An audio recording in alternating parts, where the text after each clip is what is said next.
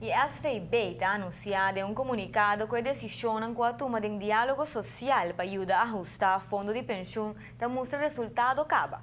Segundo essa aqui, cifra ng dia primeiro luna ng 2014 de SVB e acaba de indicar melhoração do fundo de pensão de AUV. Está pronosticado para final de década aqui, está chegando a uma situação que o fundo está começar a um surplus. Assim, o diretor de SVB explica. Dentro da plataforma Diálogo Social, o gabinete Mike Eyman chega na palabração para fazer alguma ajustação na lei de SVB para segurar sua continuação.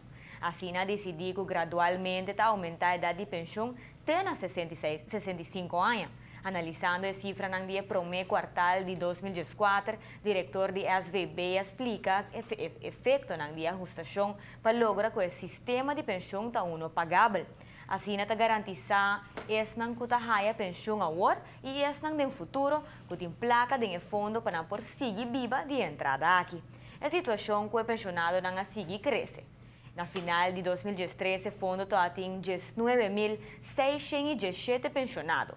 Na final do primeiro quartal, aqui havia mais de 20.000 pessoas que têm pensão. Este é um crescimento, segundo projeção, no primeiro quartal. Havia 354 pensionados a cerca, mientras que o grupo que recebeu pensão acaba, 104 faleceram. A cifra de SVB indica também que no primeiro quartal paga mais de 51 milhões de florins na pensão, comparado com 50 milhões ano passado no primeiro quartal.